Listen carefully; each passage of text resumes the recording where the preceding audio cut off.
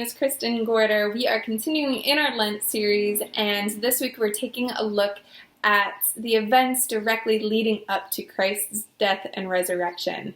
The story we're going to look at today is actually in 3 out of 4 of the gospel narratives, and it's Jesus being anointed at Bethany and then Judas's decision to betray Jesus.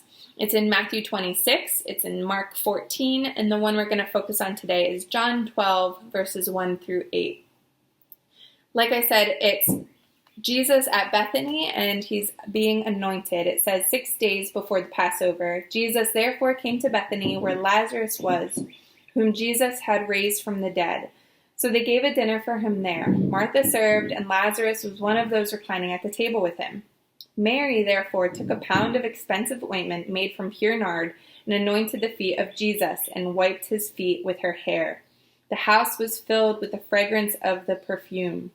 But Judas, one of his disciples, he who was about to betray him, said, "Why was this ointment not sold for 300 denarii and given to the poor?"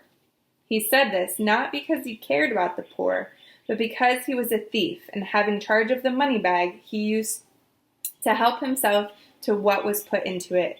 Jesus said, "Leave her alone, so that she may keep it for the day of my burial. For the poor you will always have with you, but you do not always have me." This is one of my favorite stories in the whole Bible. I think what Mary does here is just so undignified yet so beautiful. She clearly does not care what people think about her. What she does care about is being with Jesus while he's there and throwing herself at his feet in worship. And then we have this juxtaposition of Judas. And he is judging Mary, and he's saying, well, why aren't we giving this away? But really, he has a deceitful intention. He wants to skim some money off the top for himself. And what I find powerful about having these two stories connected, or this one scene all together, is that Mary and Judas were a part of Christ's kind of inner circle. Mary, we've seen her before. Jesus is clearly very close with her family, and Judas is one of the 12 disciples. So we can assume that they've seen Jesus' much of his ministry.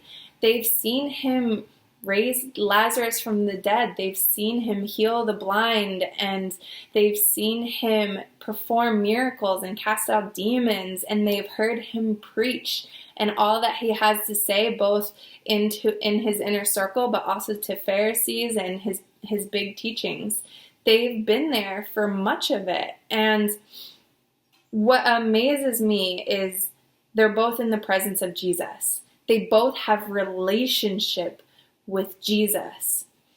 But the marker here is not necessarily, it's not what they do, but it's what they believe. Mary clearly believes that Jesus is who he says he is. And Judas clearly does not believe that Jesus is who he says he is, or he would not be stealing from him. He would not have decided here to turn Jesus into the Pharisees to have him executed. The kicker is, do you believe that Jesus is who he says he is? Because if you do, it will change absolutely everything about your life. You will not care what others think about you. You will want to throw yourself in worship for Christ. You will want to be at his feet, learning from him every second of every day. You will pour yourself out for him and your resources out for him like Mary does. Or if you don't believe what Jesus says, who Jesus says he is, you will not change. You will continue to have a sinful heart and continue to walk in your way and ultimately turn against him entirely.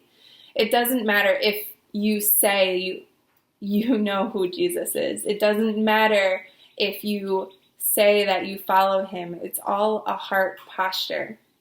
And Mary's heart is for Jesus, and Judas is not. And so that's my challenge to you. Look at your heart. Do you really believe that Jesus is who he says he is?